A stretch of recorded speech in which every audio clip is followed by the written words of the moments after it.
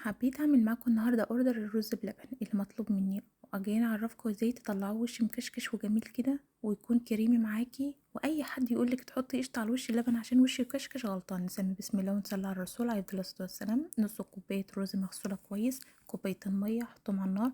مجرد ما الرز يتشرب معايا الميه ويبقى بالشكل ده احط لتر من اللبن.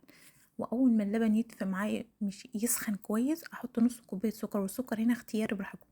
السر هنا في معلقه اللبن البودره. حطيت معلقتين لبن بودره ومعلقتين النشا ودوبتهم كويس وصفيتهم وحطيتهم على اللبن بتاعي واللبن سخن.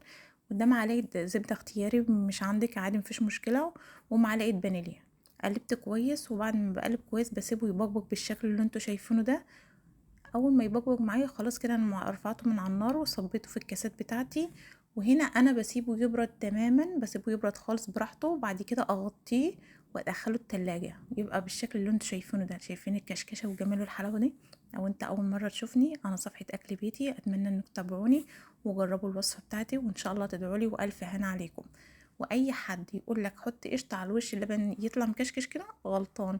مفيش اي قشطه، هو بس محتاج ان هو يبرد براحته، وتسيبيه يبرد براحته خالص وتغطيه وتحطيه في التلاجة عشان التلاجة فيها رطوبة بتمنع الرز بلبن ان هو يكشكش. صدقوني طالع حلو جميل جدا وكريمي، والف هنا وشفا عليه. جرب.